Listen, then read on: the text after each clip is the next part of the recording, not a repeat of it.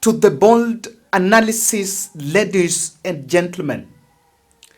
Today, Right Honorable Raila Odinga, the former Prime Minister, met with the President of the Republic of Kenya, William Ruto, in Statehouse, Mombasa. This meeting attracted the attention of the country. I can reliably report to you that Raila arrived in Mombasa, landed in Mombasa, board a chartered plane that was carrying Raila Odinga, Hassan Joho, Junet Mohammed, and Oburu Odinga and Abdul Swamad Sharif Nasser from Nairobi. The objective of this meeting from both sides is different. The objective of that meeting on the side of President Ruto was different from the objective of the meeting on the side of Raila Odinga. And in my own assessment, Raila escaped the bullet. I did an analysis when Raila was in Ethiopia after the AU loss, that there was a clique around Raila Odinga, and the clique of those fellows were plotting his next move. And if you look at his speech there, you'll buy my idea that he did not fall for the trap that William Ruto wanted. I want to tell you that this meeting happened at a context.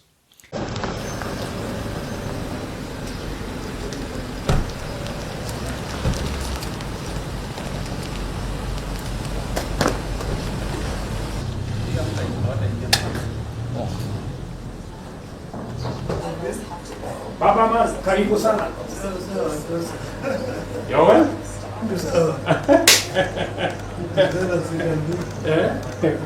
Yes.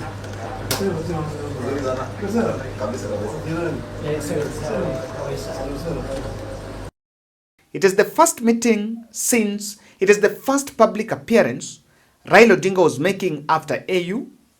Secondly, the meeting is coming at a time that ODM party is at crossroads. ODM is yet to decide which side to follow. So in this podcast, I'm going to look at it both ways.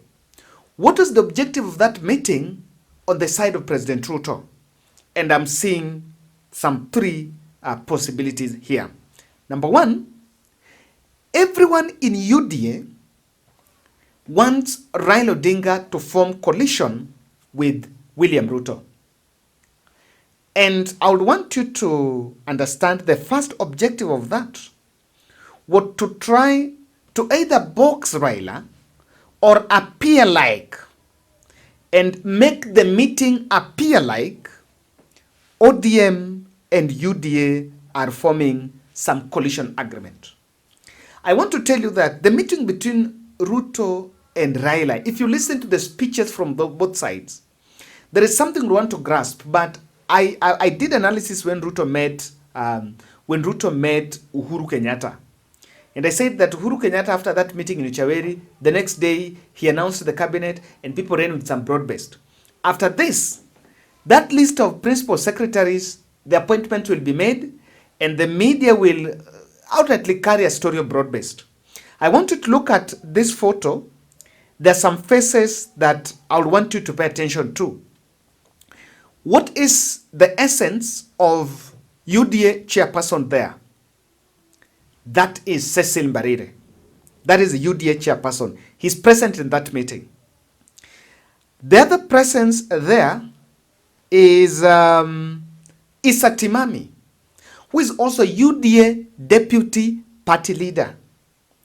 And on the other side of ODM, you can see Gladys Wanga, who had been in Mombasa for some few days. Gladys Wanga is also here in her capacity as the chairperson of ODM party. Just behind there, you can see Seward Madzayo, whip, minority leader, Senate. You can see just behind Raila, there is that gentleman, Hassan Joho, CS, mining, and a very close confidant of Raila Odinga. And you can see the ODM portfolio there. When you see the party ranks present in that meeting, It was either an attempt or objective to portray, and I can tell you that state bloggers will pick some of these photos of the two leaders, the leadership from both houses, from both parties, meeting together in Mombasa, so that, and very conspiracy stories might be created, even sponsored in media, to run the coalition agreement that was going on. And I can tell you, without iota of doubt, that ODM party was actually, President Ruto wanted to box Raila Odinga into some coalition agreement. One question that I normally wonder, what will be the ODM, what will be the message that ODM will give the country at the time the president in power is facing hostility? By the time ODM was defending Uhuru Kenyatta was leaving. So ODM was a beneficiary of carrying that incumbency. Now, the country needs a savior. The country is looking for a man or a woman who can save them from the jaws of William Ruto. I still wonder how ODM can make his way. So did that get through? I will tell you, when you look at the speech of William Ruto, you will understand, and I want you to listen to this part. When he was making his speeches, of course, he acknowledged how Raila Odinga was a good candidate for the AU, how they tried, this and that. But hapo chini, he said that in parliament, they now have a political capital to move the country together to achieve what they want to do. Now, on that, and when President Ruto was talking, President Ruto was saying now we have a broad-based administration, and now we can move together. I would want you to listen to that snippet of that. And focus on what we can do for Kenya. The things that require our collective effort. As an administration that is now broad-based, there is every reason for us to accelerate the momentum for the delivery of the things that will transform our nation. And I must be grateful that the necessary political capital that is required to move transformative programs in our country now exists courtesy of the broad-based government, and we will continue to focus on developing the things, the programs, and the policies that will catapult our country to the next level. And we need all hands on deck to be able to achieve this vision and mission. And therefore, this afternoon, let me proudly say, my good brother Raila Odinga, you represented Kenya very well. We had,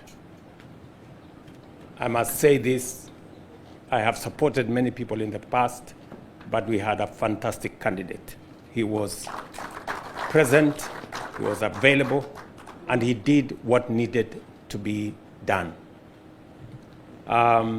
So to all of you and to the people of Kenya, it is again a proud moment for us to receive you back home and to engage with you as we drive the development of our country, as we engage in the nation-building exercise, and as we broaden and widen our engagement as the people of Kenya towards achieving that which will bring equity, which will bring prosperity, and that which will bring transformation. Now that tells you that the objective was to form a coalition, and it was to portray it. The second objective, and before I even go to the second objective, do you realize the strategic absence of Sifuna and Hassan Omar? Hassan Omar is the UDA SG. Sifuna is the ODM SG. Both were missing. Do you also realize that Osotsi, Anyang' Nyong'o, Orengo, they're all absent there?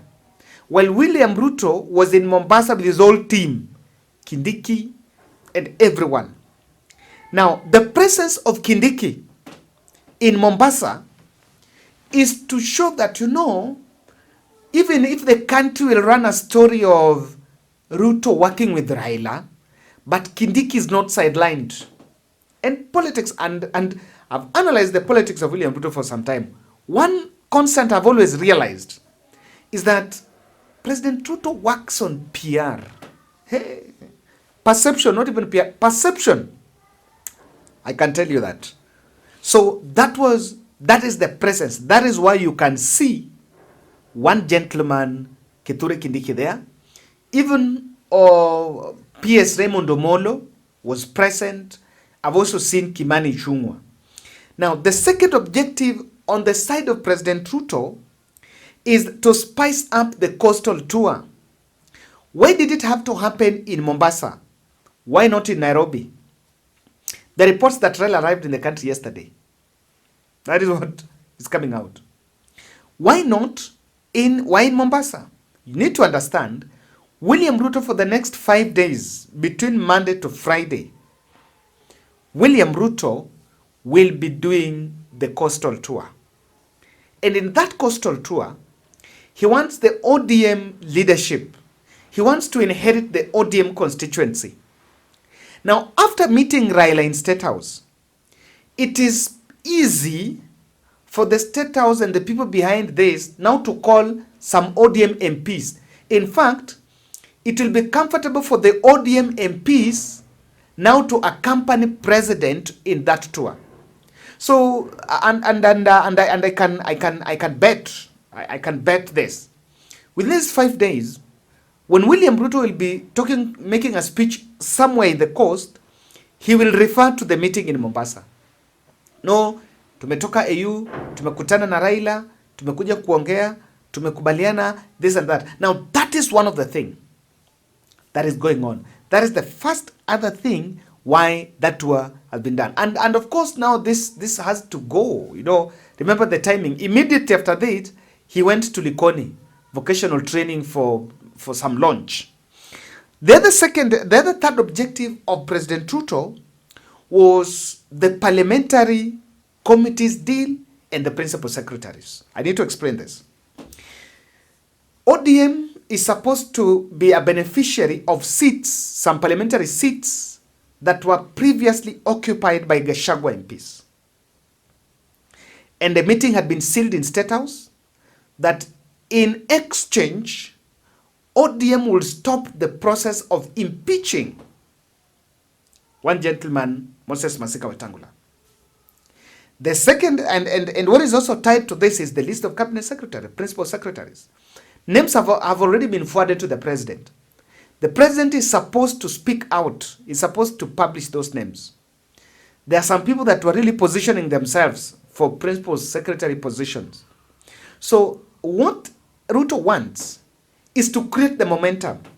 I can tell you tomorrow, if the list will get out and will be gazetted, those who have been picked will be gazetted, the mainstream media will choreograph a story of Raila Ruto handshake in Mombasa and you will see there will be some new snippets from that list. You will see some maybe ODM getting more slots or some new Raila allies getting more slots.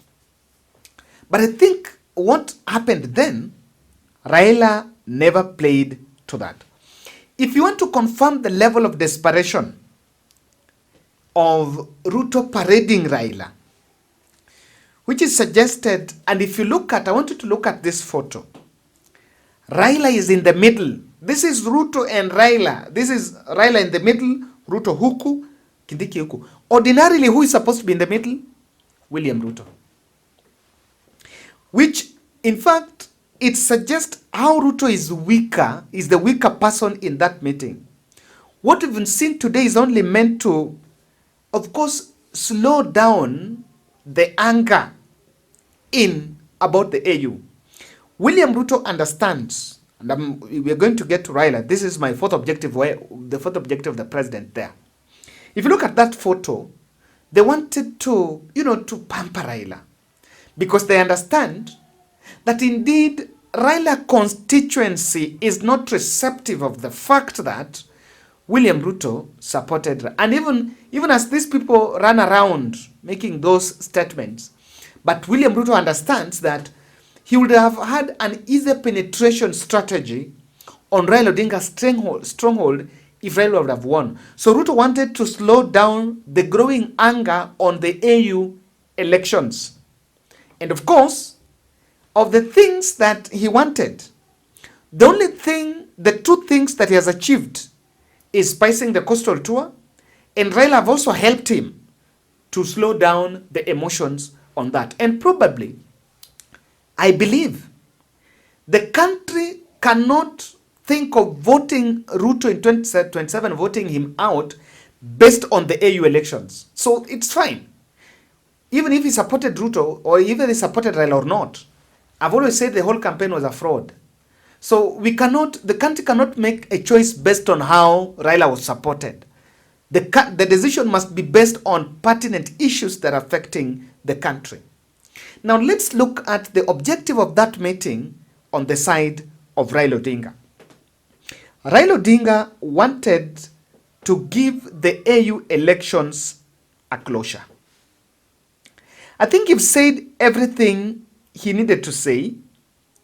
And if it is about saying thank you, he has already done that. And he made it clear that William Ruto supported him. I insist, and I still repeat here, William Ruto supported Raila not by the virtue of him as a person, Ruto, but as a president. The resources that were used to hire Raila's aeroplane to fly him across the 40 African countries, they were taxpayers' money. Number two, Raila Odinga used the platform to cool the nerves in the ODM party. ODM on 28th, on Friday, is supposed to pitch tent somewhere in Busia. ODM is going to pitch tent in Busia. And by the time they will be in Busia, we are waiting to see what exactly the angle it will take. And today, if you listen to the speech by Raila, he said, I am back home, I'm back in the country, I will sit down and consult with my friends. Listen to this. For me, I've seen billions being said, quoted, somebody's talking about 13 billion shillings spent on the Raila campaign. I don't know which world those guys live on, whether they know what a billion means. A billion shillings to do what? The money that was spent was the money that was necessary just to hire transport, to travel around. And we were not living luxuriously. We were eating whatever was given to us wherever we went to. And many other African countries were very generous. They provided us accommodation and so on. So, but the government gave what was required. The Ministry of Foreign Affairs was available 24/7. And the other government departments to make appointment for me to be able to meet the leadership across the continent. So we are available to help the continent of Africa, but more importantly, we are also available for Kenya. I'm back home here. I'm going to meet with my friends, my supporters, and I'm going to consult widely what's going on forward. And in due course, we're going to announce our way forward. So we'll give a way forward very, very shortly. Today, we just came to meet, asked for this meeting to come and thank the President and his team for the support they've given me, and also to thank the Kenyans who have supported me throughout all this period of campaign. And I just want to say, watch this space. I will be talking again. Thank you very much. Mark this post. You can bank on this podcast. Raila Odinga, two things are going to happen. Raila Odinga will go to the ODM base with a message. And there are only 3 messages available for him. We support Ruto. I am going to vie for presidency. Or it is too early to decide, but we can support anyone. If you go with, we will support Ruto, he's going to face a backlash. Take that to bank. And I know he knows it. Yes, he knows it, that akisema to support Ruto, he's going to face a backlash. And most importantly, his enterprise, which is the ODM party, its value is going to diminish. But he also knows that at the same time, the allies and the Junettes are trying to move him around to William Ruto's side. The second message is to komboe nchi. Ni komboe nchi. I am afraid, folks. Raila is going to be on ballot for 2027. I am afraid. Raila is going to be on ballot for 2027. And the reason why I'm afraid of that is that a Raila candidature with Ruto candidature with another candidate from Rigathi axis is going to work for the benefit of William Ruto. And I believe that even strategists around Raila will be able to understand that he can lose it. In fact, if he dare makes that mistake, if Raila does not make a choice, if he's a candidate is not getting the support of Kalonzo, Karua, and Rigathi, because on the other side, Ruto cannot step down for him to be the president, no. If he vies na hana support ya wale, he will be number 3. Take that to bank and take a huge loan. Yes. Take that. Ruto will take the whole Western, atachukua hiyo Rift Valley, achukua some parts. Raila will take Coast and Mombasa. Raila will take Nyanza and Mombasa and the Coast. And Ruto will take the all area plus the other side of Northeastern. Then Central, if Rigathi has a candidate, Nairobi, Central, and Kamba will rally behind one candidate, and Raila will be number 3. Oh, I'm just thinking. Now, I realized 2 things. In his speech, you've heard that statement, Raila has failed to pick. He kept off the trivial statements about those who celebrated his win. He never mentioned about it. This is one thing that every speaker, every ODM person in front of a microphone always was referring to. He kept off that discussion. The secondly, he only sanitized Ruto of the 13 billion. But the celebration narrative, the 2 Karatina women who celebrated, he kept off that. And I've realized William Ruto's main objective was to push Raila into a coalition agreement. Ruto and Kindiki have referred to Raila as Prime Minister 3 times each. Former Prime Minister. They've not said even former Prime Minister, they've said Prime Minister. I've seen people running around a narrative that Raila is supposed to be picked as a Prime Minister, and that is one of the things. Now, why is Ruto rushing? There is no coalition that can withstand the storm. No coalition is formed 2 years to an election. That coalition might not survive by 2027. By 2027, that coalition might not be there. But why is William Ruto pushing for a coalition agreement now? Suspicious. Why? Because of these 4 reasons. Number 1, align the transaction wing. They want to find the comfort of boosting their bargaining power. There are people who have realized that Ruto is having a shortage of those who can praise government. So they realize if there is some coalition agreement now, they will find an opportunity to lobby for their tenders and get government slots. And that is why they're selfishly pushing for that. I'm telling you, immediately after AU laws, Opondo Kalongo was saying, now we need to sign the coalition agreement. There seemed to be a rush. And Raila was rushed in Mombasa for the Statehouse meeting to sign a coalition agreement. I'm afraid that document maybe was available on top of the table. Second reason, Ruto fears the by-elections. By April, we are going to have IBC.